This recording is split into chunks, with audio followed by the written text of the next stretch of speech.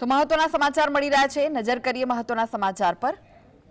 બનાસકાંઠાના થરાદની મુલાકાતે છે સીએમ ભૂપેન્દ્ર પટેલ। 11 વાગે જાહેર સભાને સંબોધિત કરશે। ડીડી રાજપૂત અને યુથ કોંગ્રેસના કાર્યકરો ભાજપમાં જોડાવાના છે। ડીડી રાજપૂતે થોડા દિવસ અગાઉ કોંગ્રેસના તમામ હોદ્દા પરથી રાજીનામું આપ્યું હતું।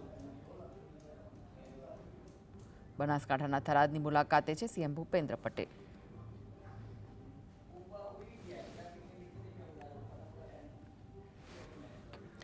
સુરતના ઓલપાડ વિધાનસભા અને પાટીદાર ગઢમાં સભામાં નિલેશ કુંભાની ઉમેદવારી માટે સભા યોજાઈ, જેમાં કોંગ્રેસ વિપક્ષ નેતા પરેશ ધાનાણી, આપના નેતા ગોપાલ ઇટાલિયા સહિત પાટીદાર આંદોલન આગેવાન તેમજ આપ પાર્ટીના આગેવાન હાજર રહ્યા હતા।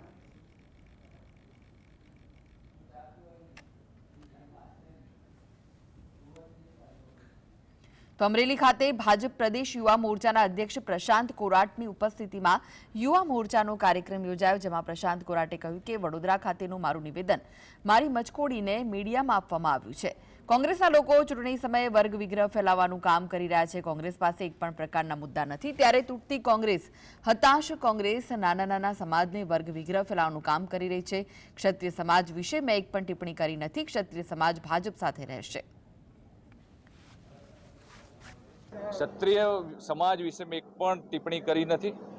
ક્ષત્રિય સમાજ હર હંમેશ ભારતીય જનતા પાર્ટી સાથે રહ્યો છે, આવનારા સમયમાં પણ ભારતીય જનતા પાર્ટી સાથે રહેશે। ક્ષત્રિય સમાજના દરેક લોકો પ્રધાનમંત્રીશ્રીને ચાહે છે, દરેક ભારતીય જનતા પાર્ટીના ઉમેદવારને ચાહે છે અને ક્ષત્રિય સમાજના લોકો પણ આ વખતે પણ પાર્ટી સાથે જ રહેવાના છે।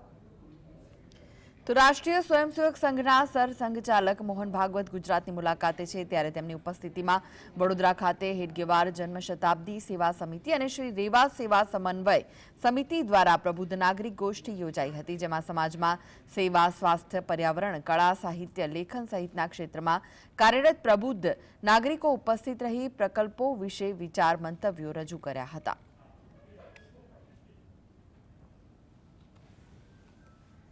આગળ વાત કરીએ તો સમગ્ર ગુજરાતમાં રખડતા ઢોર અને શ્વાનનો ત્રાસ દિન પ્રતિદિન વધી રહ્યો છે। રખડતા ઢોરની અડફેટમાં આવવાથી અનેક લોકો મોતને ભેટી ચૂક્યા છે, તો કેટલાક લોકો ગંભીર રીતે